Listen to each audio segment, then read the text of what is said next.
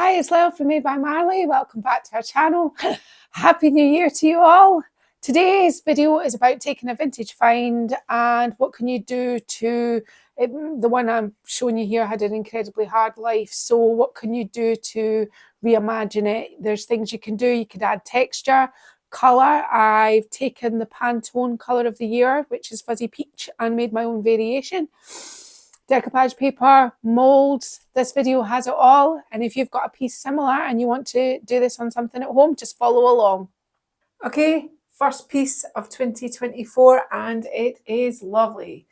Not lovely as in how it currently looks, but you can see that it's been a really nice piece in its day.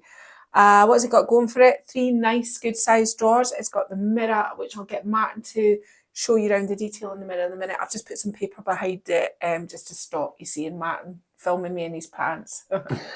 That's not true, he's wearing clothes. It's got some really nice handles. I'm going to remove these handles and put these handles back on at the end because they are fine, and I'll get Martin to give you a wee close-up on those as well. Has a little bit of moulding detail here, and it's obviously got the big bead moulding around the mirror, which you'll see in a minute. It has had a terrible life, really. The top of it is horrendous.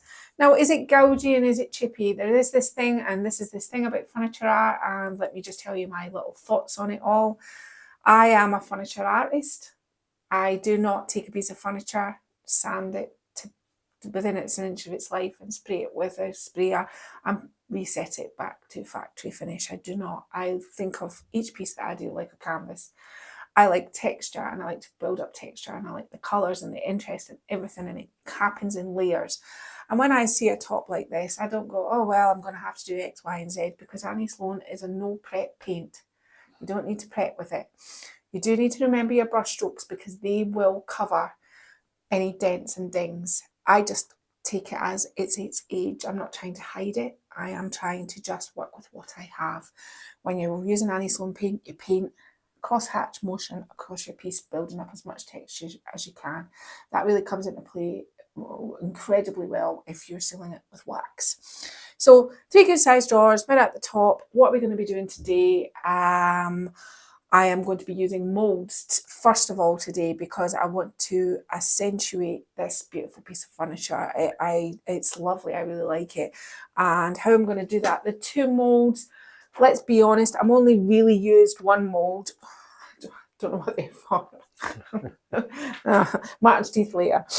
I haven't used this mold before, and I've forgotten the name. It's Acanthus, and it's this one here. It's a lot of swirly twirlies. Very nice.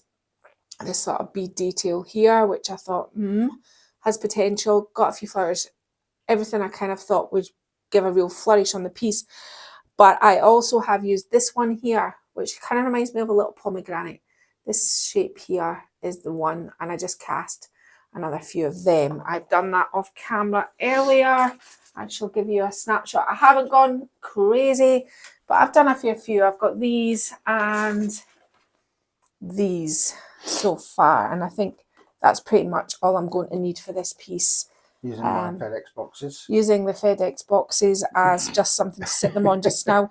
I cast these about an hour and a half ago, went away and had my tea, so they're good to go to put on. They're still soft enough that I can move them around. And my intention for this piece is, because I don't like to paint molds when they're wet. I also, if you are struggling with anything to do with molds, I have a mold 101 video. It's my most popular video of all time. Point up above, and Martin will put the link up somewhere around here. Somewhere in the ether, there will be a link up there above me. In that video, I talk you through everything you will need to know about molds, how to apply them, what to apply them with, what kind of clay, just everything, every question you could ever know about molds. And I am applying them straight onto the furniture, not onto a painted surface. They will not be stable. So that's what I'm doing, straight onto the wood with my all-purpose glue, which I'll show you in a minute. But before we go any further, I am going to obviously turn myself round, remove the handles. The piece has been cleaned, but this is as good as it's going to get, my friends. It is. I'll get Martin when he shows you the beading around the trim. I'll get you Martin to show you the top. I'll just got that. Oh, you're going to do it now, Martin? Yes, I'll just do it right now. See, This is why he's so good at what he does. He's just going to show you now. Trying to sort out this overlight. It's got a really fabulous, and the trim around the mirror is intact, which you don't get that very often with the age of this piece. I like the shelf. I might put some of those little dotty, spotty molds, just maybe something small and a little bit, just to a nod to that piece there, and what's going to come on the front, just on this little shelf, or maybe on the back plate of the shelf. I'm not quite sure. This is the top. Really, there are no words to describe that. It's just age, just years of age and things and stuff that's been put on top of it. Yep. So let's just make this piece really beautiful. Let's just set about doing it. How would you do that? What do I think are the top 3 things on putting a piece back and making it look amazing? One of them is colour. Never underestimate it. Just a colour choice can make it so much more covetable. It can bring out details that you maybe didn't notice when it was just wood and it was just the darker wood. So colour is always a good one. I think you can never say or do have too many molds if you really want to make a really bougie, zhuzhy piece, moulding. And then your main focus, the bit in the detail, or your transfer or your stamp, your stencil, your decoupage paper, you name it, you can then do. These are the kind of ones that all, when they come to marry together, really make something quite special. And I just wanted to do this piece justice. So I'm going to go away and get set up and remove the rest of these handles. And the next thing I'm going to need is some chalk, just to kind of draw a basic where I would like my molds to go. Always put your handles in a bag. Any bag will do, just as long as everything is in it. Even if you're not planning to use them again on this piece of furniture, it keeps them all contained. That's these handles, so I can set these to the side. Now, let's just have a wee looky. The mirrors, how would my natural thing is always to go circular, but because I've got a square mirror, the piece is quite square. It's obviously got a diamond there.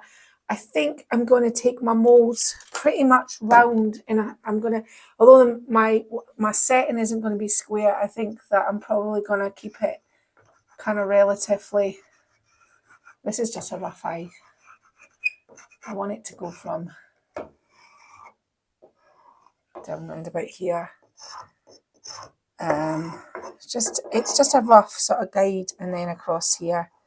You can use something different if you want, but to just kind of roughly draw your shape out. But I mean, that's not exactly straight, but my molds are not going to go on straight either. So something like that, I think, is going to be, and I'm going to work kind of on and out of this line, maybe some of it coming in. Yeah, so a wee while ago, if you have a glue like mine and it's a squeezy one and it comes out in a big tube, I've showed you this before, but just for the sake of repeating myself, these are cake piping bags, and it just gives you a little bit more sort of direction.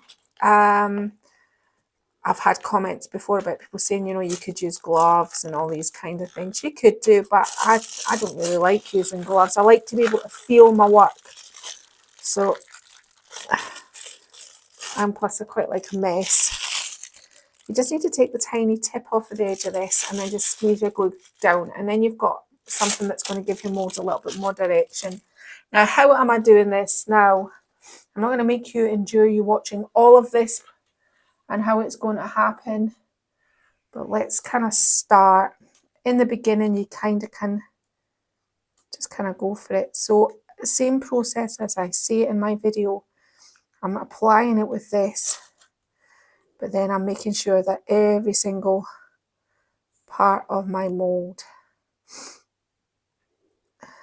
is covered. This is a kind of like, this is the first thing I've done since, well, for a few weeks, so I'm a bit kind of like desperate to get going and desperate to get creating and making. I think it's good for you to, I've enjoyed my time off, but I like to work. And when I do these before, because you've seen me doing them before, I'm going to come back in with a sort of damp paintbrush and just clean I don't like the fact that that's a bit kind of, oh no, it's stuck down now, there you go. So something like this, and obviously I have to pick the same, but the other side's version for the other side. And again, right to the edges, boom, boom, boom, and then finger. So there is nothing difficult or tricky or anything. There's no pitfalls in using molds, and there's certainly no pitfalls in using clay.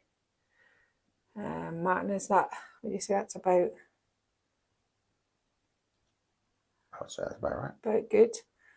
I'm not striving for perfection because then I'll be sad if it's not quite right.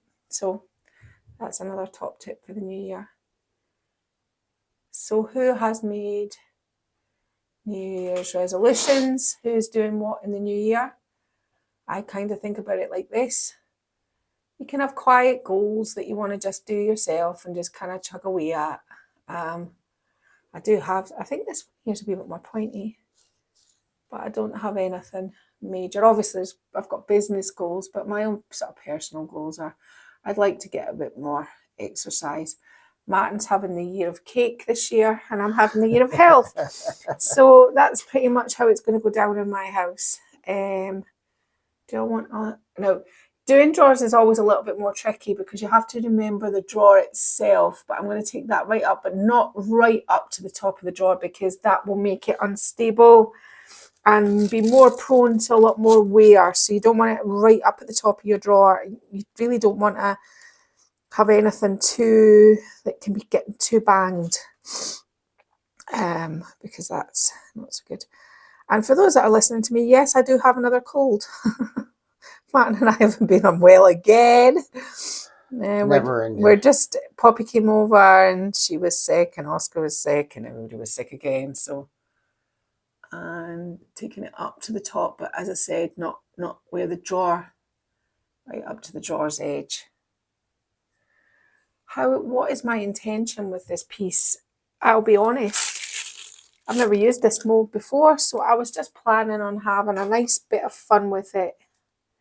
I'm looking for the opposite one of this one.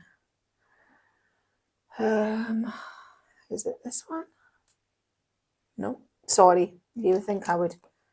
It's this one, isn't it? Yeah. So I'm not going to make you watch the whole thing. I think I'll put maybe half of this on, and then I'll come back and I'll talk you through what my thinking is. As I said, because I've not used this mold before, I just know that it'll be one that can go on quite easy because it's got a hold of flourishes. I have done the sort of the little flowers, like these sort of shapes as well. So we'll incorporate some of those and some of the little flowers out of the mold. And I did the Acanthus scroll one 4 times. So I cast everything in it, everything in the set. How is that looking, Martin? I can't tell. Is that pretty? Yep, I think that's looking good. Okay. So 4 sets I've done, and I can't remember how many of these little pomegranate things I did. I think I was doing something like 2, 2, 2, 2, 2, and 2, and then some extras just for fun, something like that. I always think it's kind of good to try and do all your molds before you sit down instead of doing one at a time and putting them on. I think that way you can play around with them a little bit more. You can also lay these out on your piece at the top of your furniture and get a rough idea, take a photograph of it and then put it on, or you can put it on a piece of paper, photograph it, just so you know where you're going to go. But if you're a bit like me and you're flying by the seat of your pants and you just want to have a bit of fun, well, I would just go for it. Also gives them a little bit of a chance to dry a little bit and harden up. So it does, yeah. I don't like them too soft, but there's a part where they can get too brittle and they start to crack. And I think that's finding that I kind of like to do it, have something to eat or go and have a tea, or, you know, enough that they're when I pick them up, the curl, for example, in the scroll keeps its shape and it's not flopping all over the place. That's a kind of good one, that one, just to kind of be a bit more. Yeah. It's not an exact science, is it? But one thing I would say, just thinking there. Yeah. If you put them on a sheet of plastic, like a bin liner or something, they don't tend to lose too much moisture in the clay. If you put them on cardboard, It'll suck them out. then the cardboard will draw the moisture out of the molds. And so it kind of depends on how long it's going to be before you're back and applying them. Maren, you're fantastic. Oh, Your knowledge base is vast now. I'm just trying to work out how I want this to go. Maybe something, or am I going to put maybe one of this sort of sized flowers? No, because I really want to have those at the end of the year, don't I? Choices. I'm going to go away and I'm going to just fiddle around with this first, and then we'll come back, because Martin's saying my phone is charged. You said that. It's sneaky. Yeah. Okay, right. Well, let me have a fiddle and then we'll come back. So I've kind of got the flow that I like on this side. So now I'm going to complete the flow on this side. Now do remember this, if you've taken your handles out, don't complete the project, because I've went over my handles with these ones here, and I've covered the rest up so that I can have my handles slightly either outside and I'll probably maybe put them inside here. So I've eradicated that, but just remember, if you're covering up all holes and it isn't one that you can push your drawers out from the bottom, and this isn't it, it's got an actual bottom on it, it's not the drawers, remember that you still need a way to be able to open up the drawers at the bottom to get the rest of your drawers out. That is a vital part of Ask Me How I Know that one. Now, so the next thing I did was, you're just now kind of copying it pretty much the way that you went before. What I like about, I've not, as I said, I've not used this this one before. This isn't one I've used, this mold, the Acanthus mold, and it's really nice. It's very flourishy, a lot of swoops, and I think there's quite a lot of potential in it. So it's a good one, I think, to get. And I think the good thing I'm showing you today is normally I use lots of different molds, but if you're only kind of starting out and you want to get a mold, well, this is quite a good one. If I could kind of recommend it, if you're thinking that. So just to try and get my flow like my other side, I think we're going to do something like this. You're never going to get them exactly perfect because molds warp and they move. And now I'm going to get to the cleanup when I've done them as much as I can do, but so don't be judging on how it currently looks, because I can understand it doesn't look that pretty. It'll all make sense once the paint goes on, doesn't it, Martin? You always like it when the paint goes on, because then you can, I think,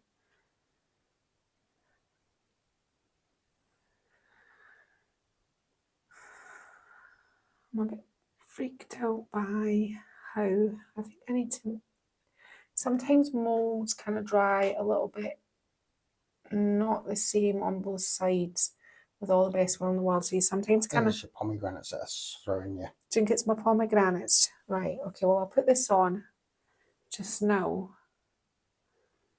And this comes from this end here.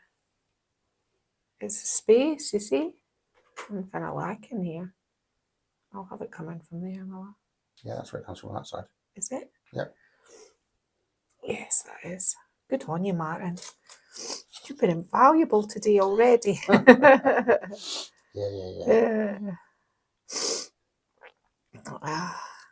So the reason why I'm doing this so late at night is because I think I started to say this. I don't like it when my molds are soft. I know by tomorrow they'll not be 100% dry, but they will be hard and crusty enough that I can continue. I think you're just adding way too much moisture by adding loads of paint on top of it as well. So I like them to be, so that because they'll lose a lot of form, and especially with chalk paint, you can lose a bit of form with chalk paint anyway because it sits in it, because it's a thicker paint, but they'll lose even more form if they're damp and you try and paint them. Martin, you're going to have to keep me right. Was this the way I went the last time? You sure? Okay. Right, okay. I'm just going to put the pomegranates on this one, and then we can we can move on. I won't watch, like, you don't need to see me doing the whole thing in molds, but I think it does kind of give you an idea of what I'm thinking about when I'm applying them, and the sort of flow that I'm trying to achieve. Put that little bad boy in there. Be gentle when you're working with them, but as I said, mine's have got a good amount of kind of like their structure to them at this point. But if they're really soft, be very careful. I'm taking the little stalks off my, I know they're not pomegranates, off my little whatever they are things. That's another good mold as well. The primitive mold is a good one as well. There's so many good molds. I always usually use a little bit of everything, but as I said, I've tried to keep it quite right. Man, is this going here? Yeah, that's right. So it's just kind of like symmetry now, and obviously I'm going to need to do quite a bit of cleanup with this in a minute, just with a brush and some water. I quite like sort of warm water. You're not washing them to make them too wet, but just to kind of clean up around the edges. Anything like, say there was a bit of glue that got stuck on it like that, you can clean as much as you can, but if there's anything residue like that, tomorrow we can just finely sand some of that away. There is going to be something in the centre of here, so I'm not too worried about the centres, but around the edges, and let's face it, there's enough chips and things on this that we're going to have to kind of like be mindful of as we go. So I'm going to go on now, and I know you've not seen me do huge, but these dots here are the biggest spot on this line. See this line? I just removed the top spot, and I just put them on the middle part that doesn't move of the George, the carcass itself here, because that kind of makes it flow. These will have to be, make sure that you really give these a good pat down and you get rid of your excess. I wouldn't even try and take too much excess off these, because you're going to need this, because it's not sitting any prouder than some of these, but it's still vulnerable, so make sure that they're on. But that was just to kind of complete it so that I wasn't having molds coming over the jaw joins. If you're just new to doing molds, I wouldn't advise it. It can become very messy quite quick, and then more vulnerable every time somebody opens your furniture, in and out, in and out, in and out. If there's anything around about here, it's not going to stand up to that kind of thing. That's why there's a gap here, up round here, down the bottom here. I wouldn't go any closer to that edge. I mean, I've got, I can get my sort of finger down underneath there. But so that's all I'm going to do. Do the rest of this. And if I've got anything left at the end of the day, I'll do that black backboard in the mirror. I'll be taking the mirror off. So when you see it tomorrow, there'll be no mirror on it, because we'll do the mirror separately, because this piece will have to be transported in 2 pieces. And bear that in mind if you've got a piece like this where you might want it transported or shipped. If you paint it all in one, and you have to take it apart to send it to a buyer, you're going to have an ugly part that isn't painted, and a residue of how thick your paint is, and it's not going to be very nice. So paint them in 2 separate pieces, let them dry, and put them back together, and then that way you have a piece of furniture that is all painted underneath. It's just nice for the customer. Okay, so I'll get on and do this.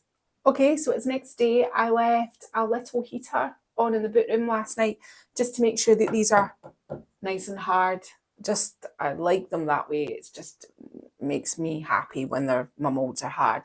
What I'm doing now is I'm just going to show you a wee top tip if you don't already know it. If you get some masking tape and double it over on itself, you can make little tapes to stick in the inside of your furniture to prevent you having to keep putting screwdrivers in and out, or in my case, there are no holes to put screwdrivers in and out because I've eradicated them with the molds. Now, if you are really into making every single thing sing, you can open your doors at a later date and just pop a little bit of filler in, which I probably will do, just so you can't see the previous holes, but you don't have to do that. They're covered up at the front, but if you want it to look good. So you stick in your tabs, and that just gives you something to use to pull it in and out with. Makes it much simpler. So this is what we've hit upon. The mirror is going to come off in a minute because it's not actually attached. I just put it on for context. I didn't have a huge amount of molds left at the end, so just put some around the side just to kind of make it flow. So this is here, and it's got a little accent of this up the top. That's it. Right. I spoke yesterday about one of them, like there's kind of like 3 or 4 things that can just make furniture different straight away, really reimagine it. And one of the main ones is paint. It can change things instantly. So you've probably seen this, it's bandied about the internet everywhere, but the Pantone colour of the year is Fuzzy Peach, which is a peachy kind of colour, which makes Matt laugh every time. He's laughing already. The Pantone colour of the year, Fuzzy Peach. It's Fuzzy Peach. So I am... Or is it Peach Fuzzy? It could be Peach Fuzzy Mary. I thought, well, I was racking my brains and I was thinking, I don't think I've actually ever really truly done a peach piece. Peach to me goes, I'm thinking more spring, but I thought I could kind of zhuzh it up a little bit, and I thought I'd mix a peach and I'd mix it with the new Annie Sloan colour, which is Paprika. It's not in, I haven't got it in a squeezy thing yet. That's the sucker. I should show you the lid, that's easier. So I'm going to kind of blend it with this, but first of all, what kind of peach? I've got various different brushes here that I think might be suitable for what I'm doing, and I am going to add a little bit of, this is bentonite clay. Now there is a woman who's been currently, I'm talking to, I feel awful, her name is it's just completely fallen out of the side of my head. I'll remember in a minute, but she's struggling to kind of wrap her head around how clay sticks on and does it not just crumble off, and she's seen people wax it. Is that what keeps it on? Is it sealer? And I was trying to explain, no, it just glues onto your wood and with your paint, and it isn't coming off. And if you've ever added a texture additive onto your furniture, you know it ain't coming off. But I said to her, next week I'll do a tutorial on texture. I'll get something like an IKEA cabinet, something that you think everybody can get their mitts on, an IKEA cabinet, and we'll make it completely unique and different by adding texture, because it doesn't only just trick the eye because it looks more weighty and there's more texture to the piece. It's a good skill to have, and I don't really think I've kind of gone in depth too much in texture, but for those that do use texture additives or are looking for things, there's lots of different products out there on sea spray, salt wash, all these different things.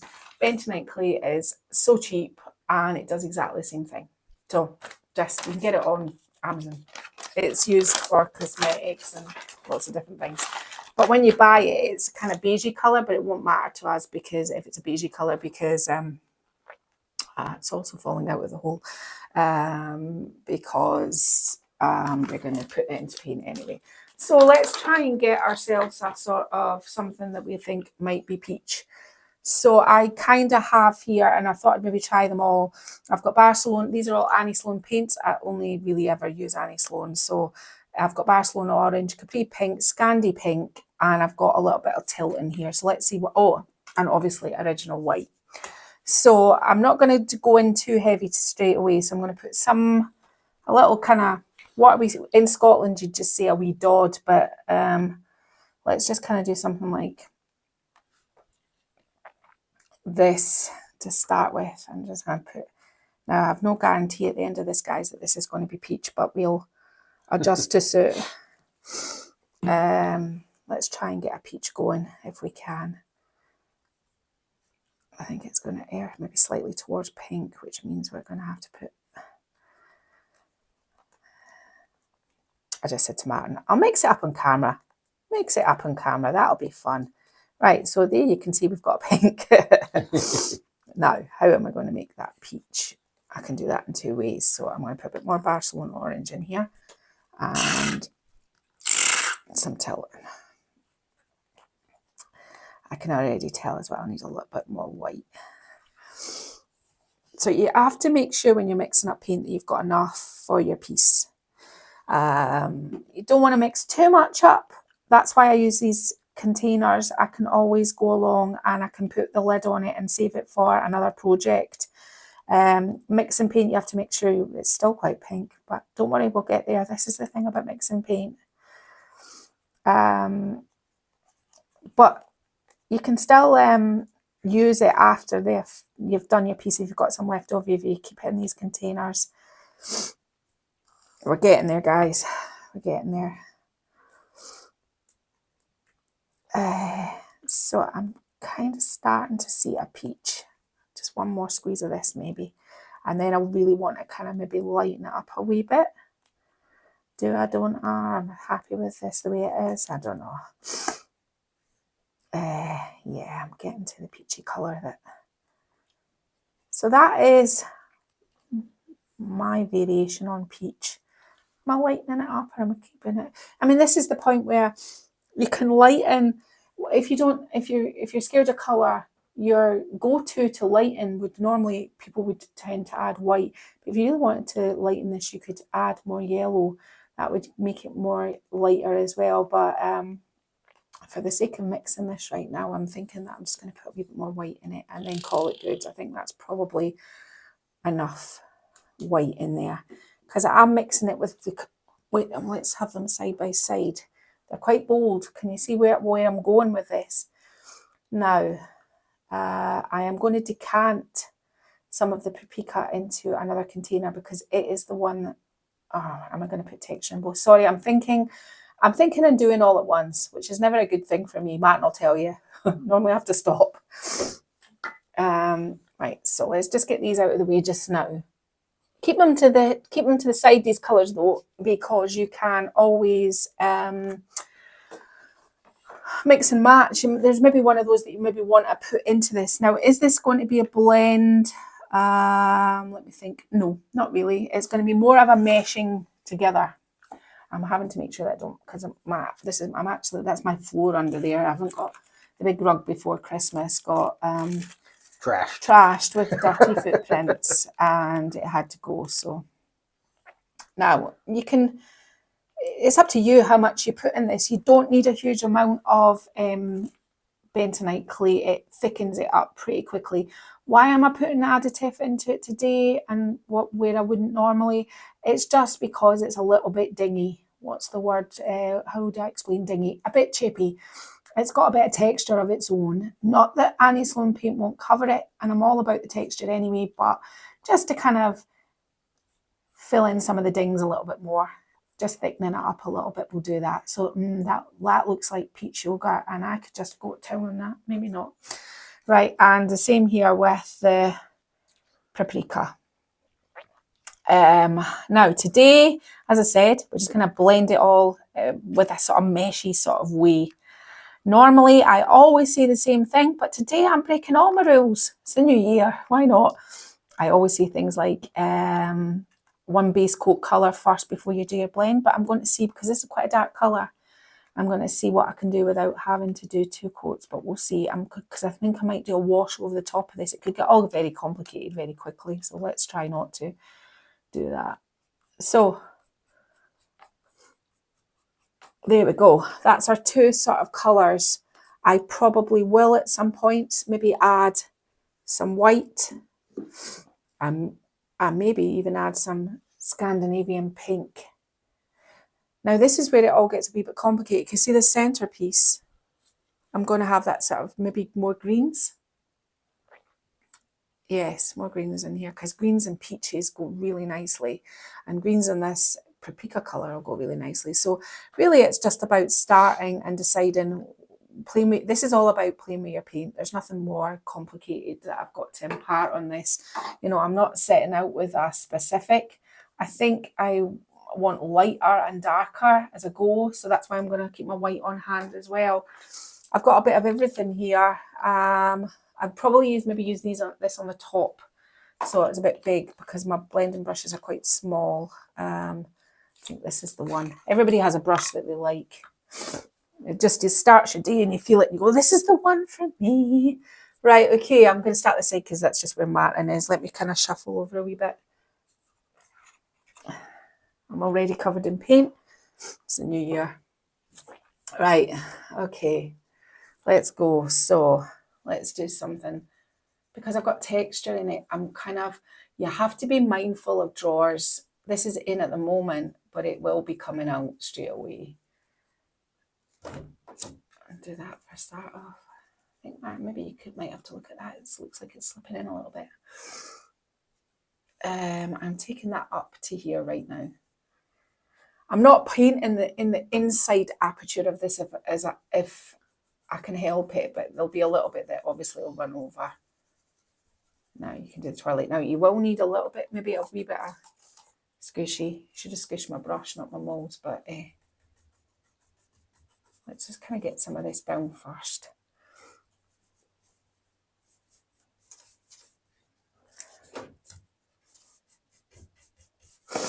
I'm not talking, sorry, I'm concentrating.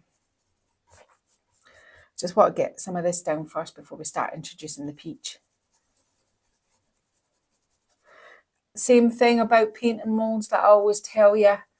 Molds is one of those things that you have to look down, look up, look side to side, because there's nothing more heartbreaking at the end of doing something and you've got big white bits of your mold showing. So let's see. I just want enough that I can start introducing the peach.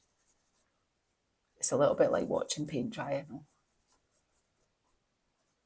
I can see my texture there, I'm liking it. Now, I'm going to take a clean brush for this one. Let's see where we can start.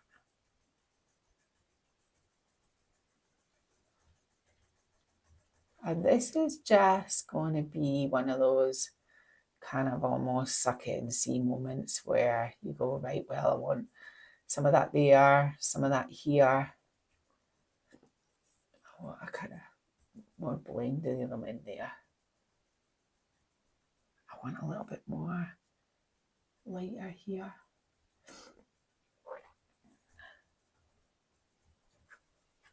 With that tape, it's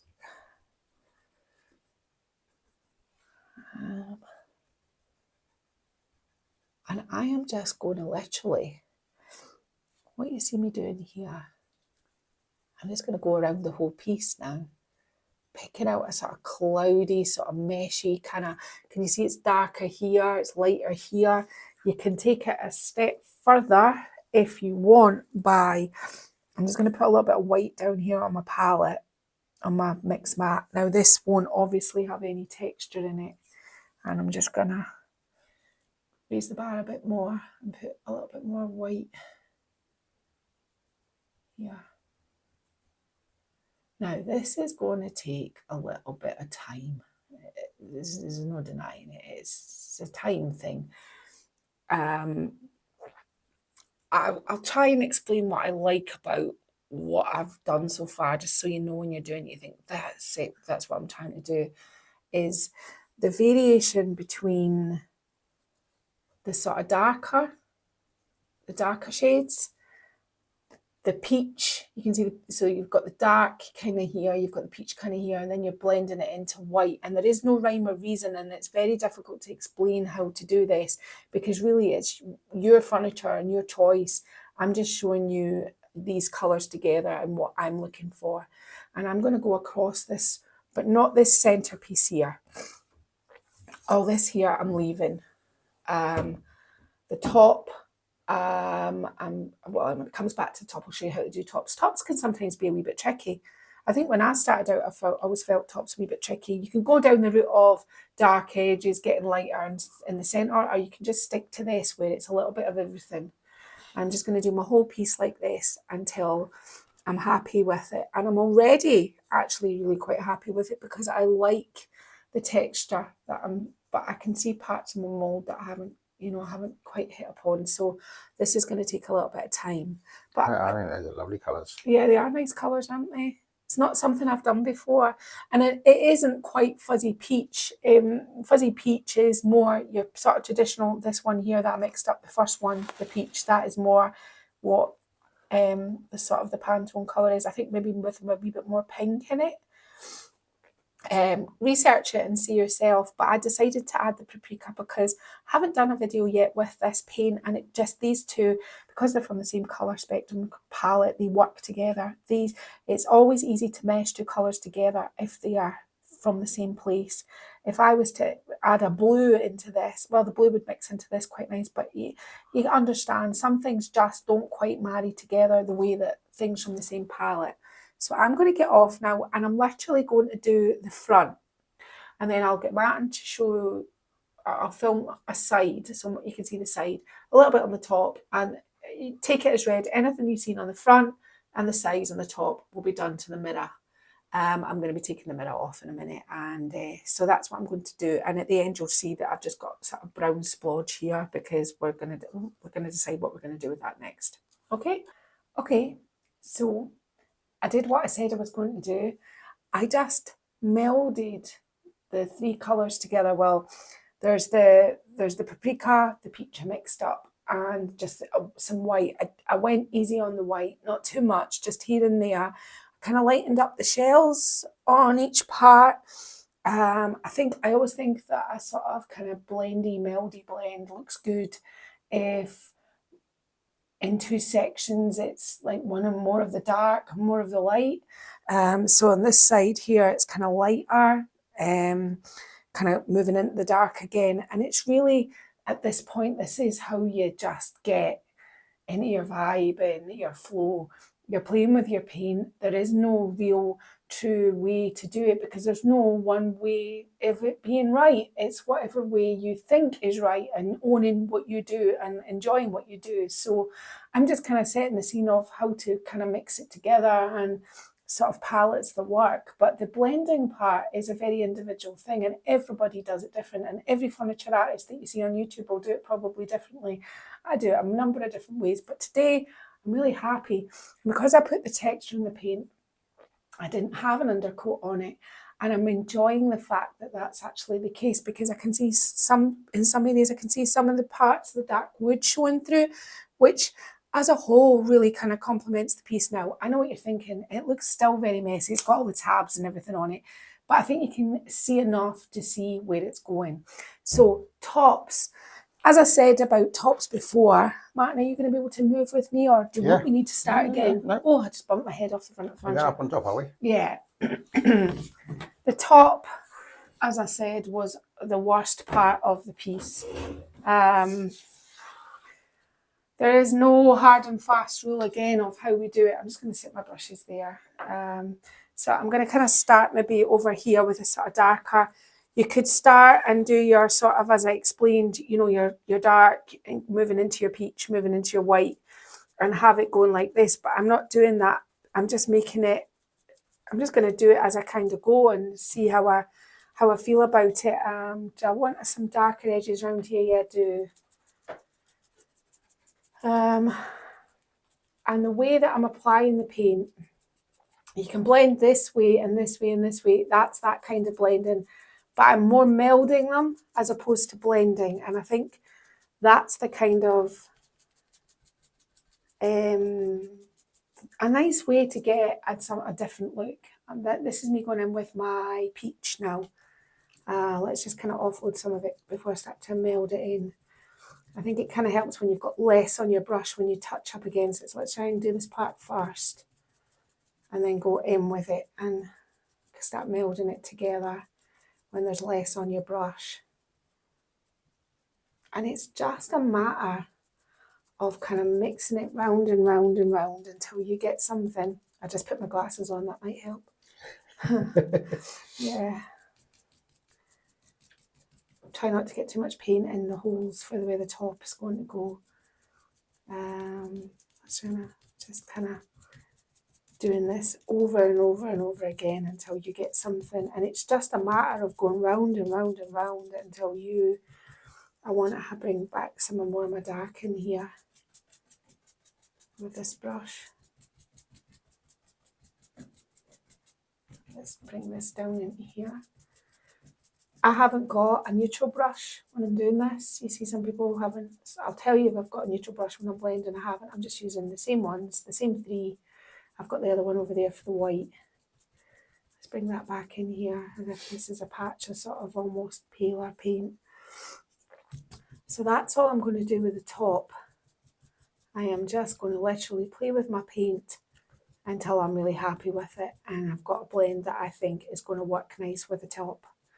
And that little black dot there is not. Oh, that's just, not lifting off. That's why I was saying don't screw hole. Yeah, I was kind of saying there, you know, that make sure you don't fill those up with paint. So that's all I'm going to do on the top. Now the sides. Martin, do we need to reset to show the sides, or can we just? No, I don't mind. This side. Yeah, but I'm going to have to kind of move the piece a little bit. That's all right.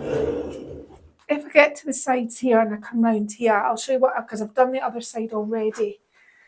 What I predominantly did when we get Martin into the space, it's not a lot of space for Martin, and he's not small. I'm not saying you're big either, Martin. I don't want you to take that the wrong way. So again, let's just see. I'm kind of wanting my darker almost around the edges. Now, I'm not doing in here because I think I have committed to the process. I had a design in mind and it looked very, very similar. And my sort of mood board it's all going the way I want it. Remember, you've got to do it up here on furniture, and I'll do that off camera. But you've got to remember, if your furniture ever gets delivered upside down on a pallet, you have to make sure that it's all painted and finished nice. So we'll get to under there. But yeah, what I was going to say there was the kind of what I had imagined this piece to be is coming to fruition. I'm actually more impressed with the colour than I thought it would be. I didn't think it was going to be a colour that I maybe would have liked. I like my blues and my greens, but I know I like it because I've added the darker colour. I couldn't quite imagine doing a piece of furniture just with the peach colour myself. I thought maybe it might be a wee bit dark, a bit light for me to sell in the UK, whereas adding the paprika has mixed a really nice, when I added the peach, it's really brought something out in it that I really like. Now, when there's a wee lip like this, don't worry too much, but I'm going to decoupage in here. So, but that's what I was trying to say. It wasn't my original. I thought I was actually maybe going to either do a stencil or a transfer, but I have been busy beavering away doing the new collection for the spring for my decoupage paper, and I've got one I think that will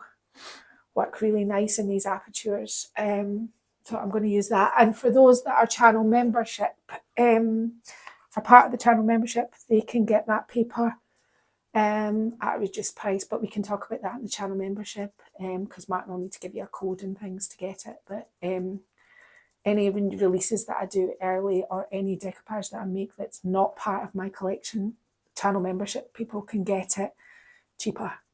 But we'll get to that when we get to that. So what I'm doing now is I'm busy putting on my peach, and I'm just kind of making it almost cloudy. Some of it I want really peachy, some of it I don't. And this is just working your way. I'm almost tickling it now. I'm not really going in too heavy. You should be quite light-handed with this. Up into there. And I'm just kind of setting the scene of the whole piece. Once I've finished the whole piece and it's dry, I'm going to get Martin to give you a close-up of the edges here. I haven't pushed paint into them. I've left the wood in. I don't know if you can see this here, Martin. I think I'd maybe have to move. Hang on. I'll just crawl out the way. Can you see I have... Okay. I have not pushed the paint into these edges. I've left the natural wood underneath, which I think also gives it another edge of dimension. You don't have to do that. You can fully put your paint in. But it means you can do clever things with, you can come back with some of your white on your brush and you can do things like, you can highlight. Sorry, go on. Yeah, sorry. You can highlight some of these edges, you know, with a lighter, paler paint, like this. You can also do that in this aperture as well. Bring in some of the white, you know. It's all about playing at this stage. But that's all I'm going to do. I mean, I also ever wanted to do something along here, like bring in some of the white on, make a peachier colour along this edge here. Something like that. And then maybe along here. But this is about playing, and that's all I can say about it. It's about finding your vibe, how you want to do it. But the only way you'll know is to start. And if any way unsure whether your colours go together or how you're going to put this together, my thing that I say all of the time to anybody that asks is get boards. Just get old boards and practice on boards first, just to get your eye in, how you're going to work it, how you're going to make your blend work. And it's just a matter of just playing around with your paint and mixing it and melding it all together until you get something that you hit upon that you really like. And that is all I'm doing. So I'm going to get on because I'm really quite liking this. I really am enjoying the colour. It's a beautiful colour. It is. It's really nice. So I'm going to do this around the edge. I'm leaving this and this because these are going to be decoupage paper, and I'll do the feet and everything and the top. The front is already dry, and we'll talk about it all when we come back when I start to apply the decoupage paper. Okay? Right. Okay. So I have done this paper. Now normally it'll be one. I've made it into two because I've got quite a space to fill. Well, Martin's made it into two for me, but normally it would be this orientation, and this whole design would be 1A3. But I wanted it a little bit bigger because I've got quite a big aperture to fill. Now this is going to be reasonably complicated, but not complicated, if you know what I mean. I just want to understand where the top of that bird is because I don't want to cut that out. And I need to cut off this line here. I am going to do this scrunch and crumple to make sure that I get like a kind of vintagey feel about it. But this line here needs to go. And obviously I need to rip this side. Now I've printed it out twice because I'm going to have to fill in all around here. So this is one that you're going to kind of have to, depending on what you're putting in the centre of your moulds, whether it's decoupage paper or whatever, you're just going to have to maybe buckle in until you get what you're looking for. So I'm just ripping this because it's easier for me to blend up against my other edges where it's ripped. And as you can see, I'm not really taking much time or effort to do that. I just needs this, that sort of. And I think this is where my first sheet is going to go. And obviously my second flower is going to butt up against this, so I just need to take this edge here off here. Hopefully this isn't too complicated, you understand it. It's just, it was an A3 decoupage paper, but Martin's made it into a A2. Is that right, Martin? Yep. Yeah, it's been printed in A2, so it's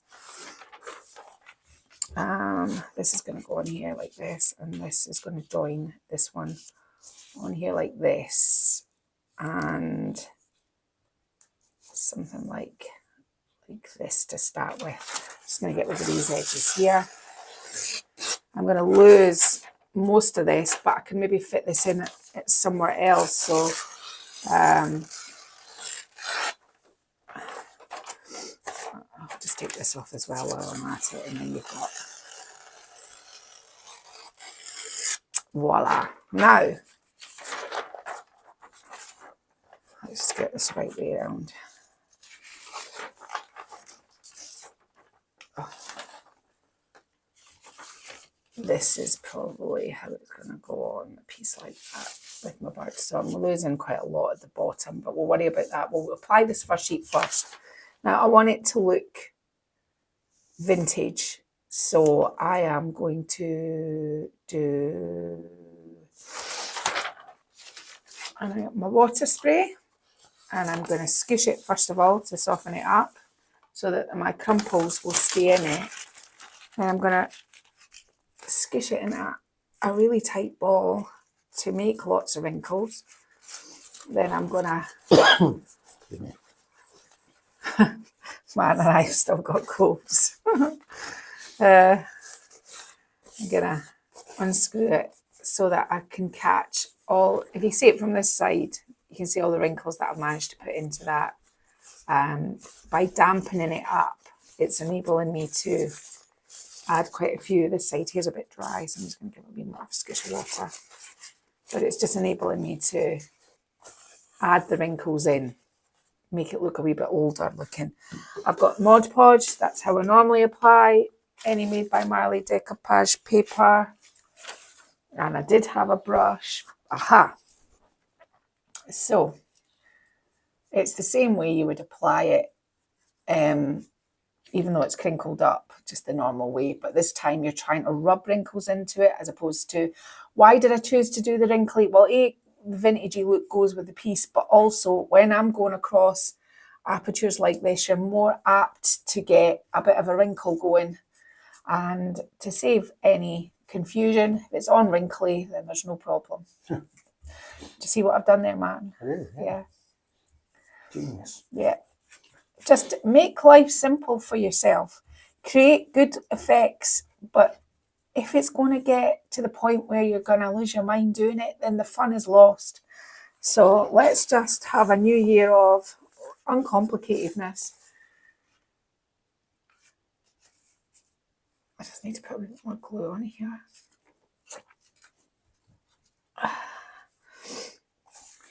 Just to kind of centre that wee birdie up. Now, I'm trying to pat the wrinkles into the paper. This is the opposite of what we would normally do, where we're trying to avoid all wrinkles. I'm actually patting it down so that I get the wrinkles in the paper. I'm just going to get it on here. I'm going to add a bit more water to the front as well, because I think that might help us in our efforts. You can see what I'm doing. I'm almost kind of like squeezing them together. You just have to make sure that everything's right with your drawers. And we can cut all this with a blade once we've got it down, but we need to make sure that it's all down and stuck and adhered. And I can show you how to fix any loose patch in the drawers once we've got it all down. So that's our first piece on. Now we're not going to get much of our second, just because there isn't that much before we start hitting this mould. But we can see from here, and a little bit of glue here, I'll just kind of hold it on for me for a minute while I just kind of make up my mind kind of where I'm going with it. And we will be blending a paint colour into these edges here. So it's just a kind of rough guide. And I would do this before you do your scrunching. And you can be as rough with the other side as you want, because it's all going to hit the same way. And sort of round like this, and we'll see. I quite often do this, and at the end of it doesn't even fit, but we'll run with it. It helps if I get it the wrong way, right way up. Yeah, I kind of like how that's always good to do a wee sort of dry fit before you begin any process, because then that way you're not doing it when the paper's wet, and it's then gets quite vulnerable when it's wet and soft. So try and rip all these parts off now. And the best way to do that is if you turn it round, you'll see where you've lent it. It's much easier to see it on the opposite side. Let's see if that's a better fit now.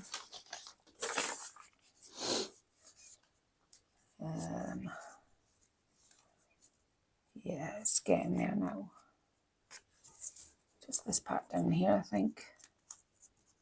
The flower there. And this part here, which we'll just weak off there like that. Quite enjoying that part there. So yeah, I think we're good to go on this part. So that's a new word for the subtitles. What's that? Weak. Weak. Yeah, weak it's a Scottish word. I'm trying to think what weak. How would you? I don't know, Martin. Help me out. What would weak be in the English language? Like a wish, like a wish away kind of thing. Weak it on and weak. Yeah, sorry.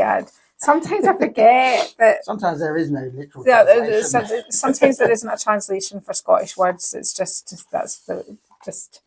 just have to bear with me. You get the general thrust sometimes of what I'm saying. I do try not to use too many Scottish words. I do try my best to kind of like, talk that people will understand what I'm saying. If my dad had been on this channel, you wouldn't have had hope, because nobody could understand him. Now, pretty much what you're seeing me do here is pretty much what I'm going to do with my. Just make sure you've got your tabs and you've got your. You can start softening up around your drawers there. here. I just don't want any air pockets and it not sticking, because it'll be a beast to fix when we open up our drawers. Helps if I kind of marry them up correctly, doesn't it? Yeah. So this just is going to take a little bit of your time. That's all I've got to say about that. These things take time, but if you've got all the time in the world, then I don't think they're a problem. If you haven't got all the time in the world, just do it in parts. Do your blending, let it dry, and go back to it a few days later, and just take your time. But I have the time to mess around with this today. So, new year. I'm not dealing with anything else. The things I should be dealing with. Right. So I'm already quite liking this. And I quite like my choice to go with the peach and the corally sort of tones. I think this is going to be quite nice. I'm just working more wrinkles into it as I go. Gives it a kind of like nice base to stick with. Now, as I said, I printed off 2 of the same. So what I'm going to do, but I do have this part here. So let's see what we can do with this. I'm wondering whether I could take it up into the top. This up into the top here. I'll do this bit corner up here, and then we'll call it that you know what I'm doing. Because you don't need to see me do all of this, but just enough that you get the thrust. It's kind of old school from here on in. You're just kind of like almost just like pieces and parts, and I think this bit here might be a wee bit of a problem.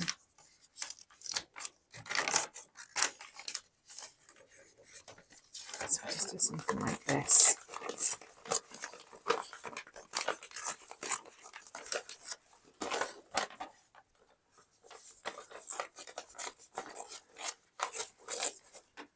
Just check what's happening here.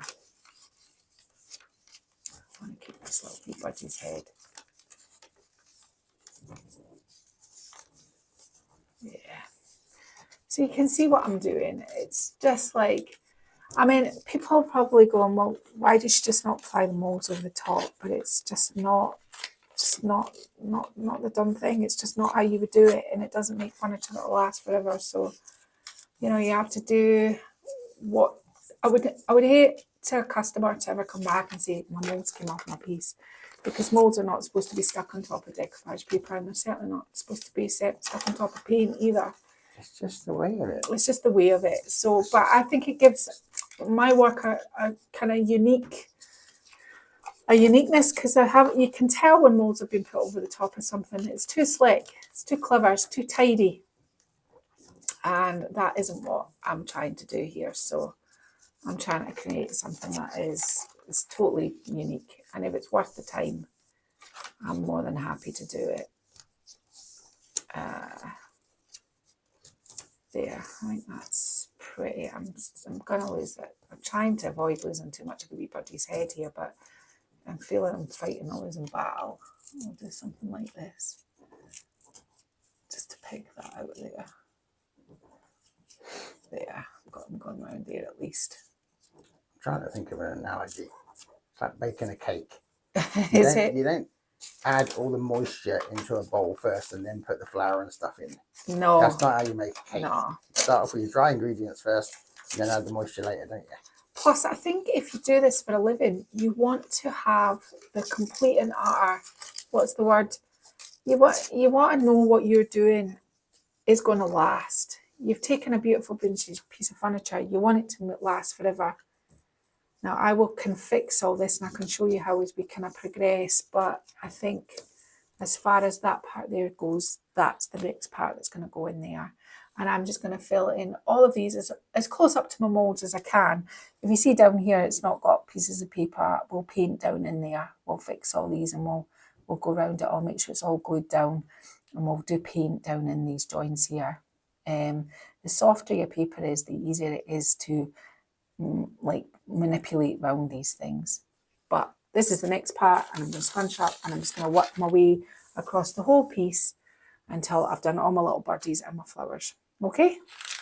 So I've got my decoupage paper on. I haven't cut it yet, but before I do any of those things, I am just going to start bringing it in round these edges, make them look not so contrived, make it look a little bit more sort of distressed. So just kind of pick parts and just kind of bring it down, you know, wherever you think, if you're, you know, looking to kind of distress it a bit, this is a way to go. It makes it look like it's peeled off and it's the colour underneath. Sometimes it's nice to kind of do something along the drawer, like it's worn away at the drawer. Sorry, Martin, I'm jumping around. I just realised that I've done down here already. So just picking out pieces and parts. Maybe I'll go slow up here. Yeah.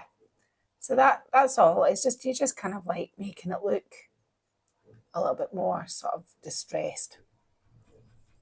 Now, what I've got down here is I've got a bit of Antibes green, Coolabah green, Amsterdam green, and some white. And I also have some liquid metals bright green. Because what, if you can see here, I don't know if you can see that far, I'm going to just recreate it on here for you. So always good, I think, when you're going across molds to have a nice flat brush like that, because you're going to go across the mold like this so that you're keeping the original colour underneath. It works better that way. And go across them, don't go into them, and don't go the route of the mold or you'll lose all your definition. So I was basically kind of just, that's a bit of Coolabah green, and then now I'm just putting a bit of Antibes green, not Antibes. I always want to call it that. Over here.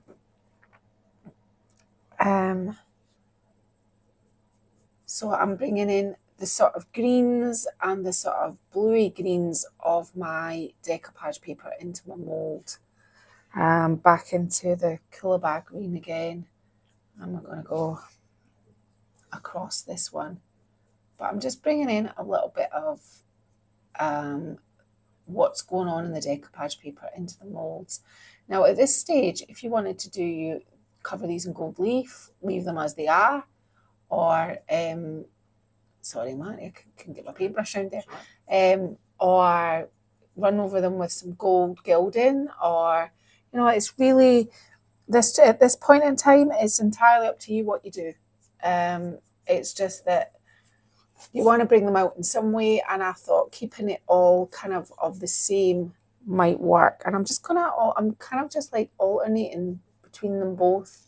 Just bringing in the two sort of greens. I have got a darker green as well with the Amsterdam green. So for example, if I dip in the Amsterdam green, you're going to get a darker green like that. And that's okay. You can have some of it with a darker green like that.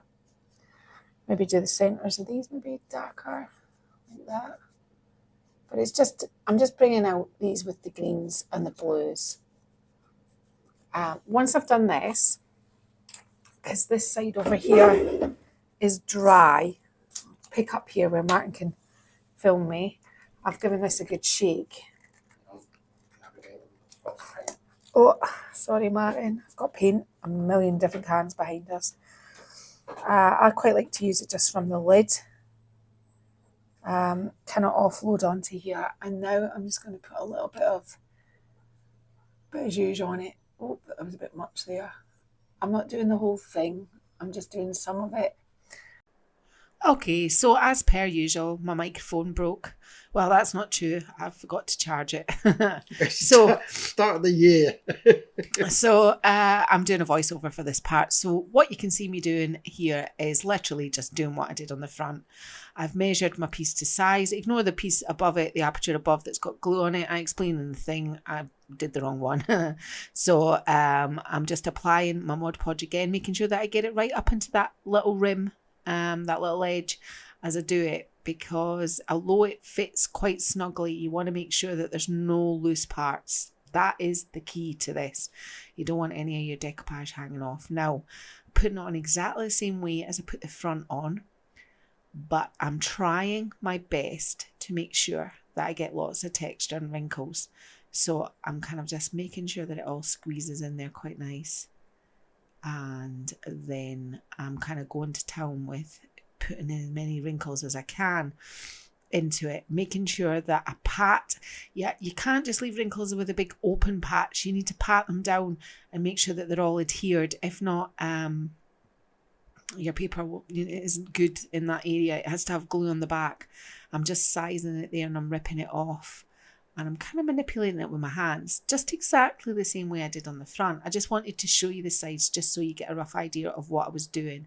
And it's the same A2 format, but it's the two A3s on their side, one on the top and one on the bottom for the sides. So I'm just patting it all down, making sure that I've got it all nice and fixed into the edges, and I'm putting plenty of wrinkles into it. I'm adding a bit more water to give myself a little bit more move and wrinkle on the outside. And I'm just patting along. I must have done an awful lot of talking here because I can't think when I'm doing the voiceover what I've actually got to say about this other than I'm putting wrinkles in it. But you can see me doing that. The next thing, once I've done this, is I'm just going to show you how I kind of worked on the edges. And I just brought them in with paint. But yeah, more patting, and a bit more patting. I'm just obviously making sure that it's down there right. Now, this is where I bring in the paint again, and it's the paprika colour with the texture in it. And you just kind of run it down to make it look like it's been kind of ripped off at the edges. It's worn away at the edges. And I'm using the darker shade, not the peacher colour, the paprika. And I go down that. And at this point in time, and I do show you this, but if you feel like you want to have it looking like the design is on it and it's either rubbed off, or whether it's been a print and it's ripped off, you can apply it as much as you like over the top. It's always good to have a wee play with decoupage paper on boards and how you're going to make them look distressed, because you can come back in with paint and do all kind of finishes that can really make it look aged. And one of the ones I kind of do is I like to wax in all the wrinkles. That can age it, but paint over the top with your original colour, then suddenly it looks like it's either, like you can see what I'm doing there, like it's been ripped off or it's worn away. That's a really good way of aging things. But if you're unsure about these things, practice on a board first. That's my recommendation. Always good. And that's me just making it look like there's a wee bit worn off in the middle. Don't want to do too much of it. I mean, I always think you've spent the time putting a beautiful design on. You don't want to eradicate too much of it. But on these little square apertures, they lended the ability for me to be able to work it in from the edges.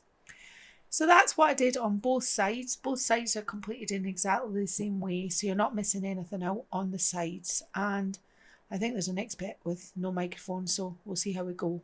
Now, when you do something like this, at the very end, you have to be incredibly careful.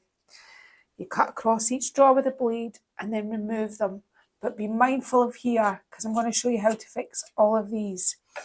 What I've done with this one is I've sanded it down this way and got rid of my little edge. And then what I do on each surface is I get the Mod Podge and I run it along it. And then what I do is I massage it in kind of up and around so that I know that none of this is going to suffer from lift when it's all put back together. I know it's all glued down and it's lovely and flat and smooth. So that's what I do with the drawers. Just try and get this out of the way so I can show you what I do with the carcass pieces. So these ones have already been done. So this here, you're going towards that surface there. So, and just gently, because you don't want to take too much off at a time, you are just getting rid of all of your excess. So you have to be careful when it's a bit loose, like here. Can you see here? If you go too much, that'll just rip off. So bend it over and just go really incredibly gentle. Gently is the name of this game. And then when you've got it tidy, run your sandpaper across the top like that. And you just work your way across, top and bottom, all the way, and get rid of all of that excess that you don't want. Once you've got rid of your excess, and I'll just finish this part here, and I'll do this back on camera.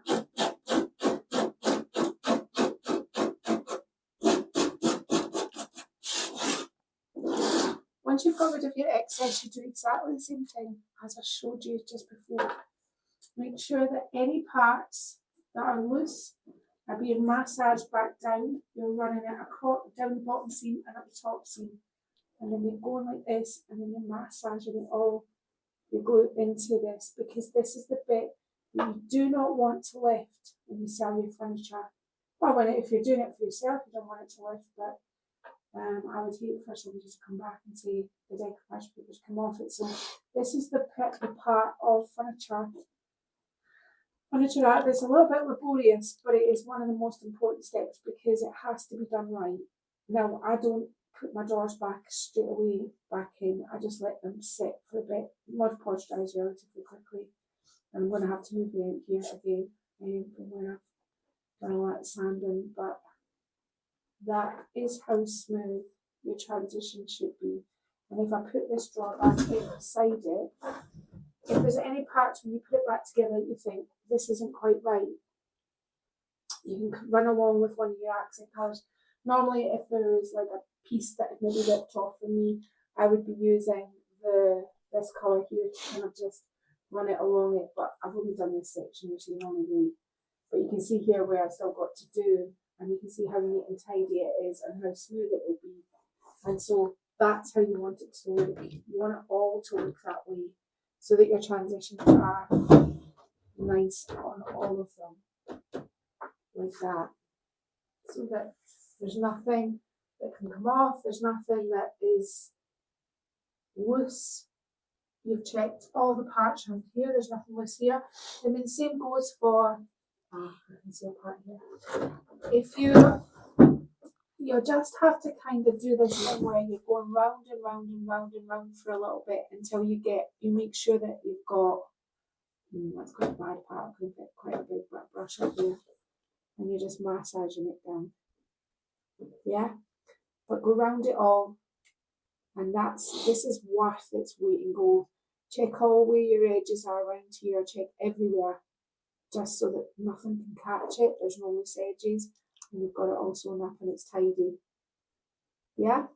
So I'm going to get on and do that next. Then the next thing I'm going to do is I'm going to seal it. How I'm going to seal it today, I'm going to seal it with Tough Top Coat Sealer. It's a French sheet product, it's the one I use all the time. I am sealing it first, and I may come in with a little bit of white wax. Okay, so I've got some white wax on a paintbrush, and all I'm doing now is just adding wax. Now, normally, what I quite often do is I would probably add dark wax, and I would add dark wax into my creases in my paper, but I'm trying to, because there's a light patch in the middle here, I'm trying to kind of lighten all of these up. So it's finished. I brought this one over to the stable because really the stable had to command it. The wall and everything just went with the piece itself. So I'm back in the stable for one day only. What did we do with this piece? Well, it had a bit of a hard life. You can see it at the beginning. I had a lot of wear and tear to the top. How did we eradicate and make that better? We added a little bit of texture to our paint.